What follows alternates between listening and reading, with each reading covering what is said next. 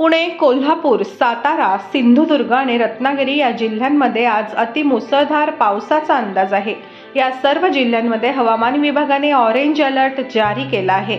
मुंबईसह ठाणे, पालघर, रायगड, रत्नागिरी या जिल्ह्यांमध्ये देखील येलो अलर्ट जारी करण्यात आला आहे। या भागातही मुसळधार पावसाचा इशारा देण्यात आलेला आहे। मुंबईत मध्यम स्वरूपाच्या पावसाची शक्यता वर्तवली आहे। पुण्यात आज ऑरेंज अलर्ट देण्यात आलेला आहे। पुण्यात दिवसभर ढगाळ वातावरण राहणार असून सायंकाळी पावसाची शक्यता हवामान विभागाने वर्तवली आहे। इथे कमाल 31.सेल्सिअस तर किमान 22.सेल्सिअस इतकं तापमान असेल।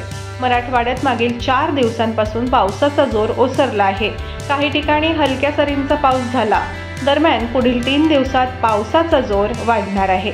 मराठवाड्यात या आठवड्यात पाऊस सरासरीहून अधिक राहणार असल्याचंही सांगण्यात आलं आहे। विदर्भातही मुसळधार पावसाचा इशारा देण्यात आलेला आहे।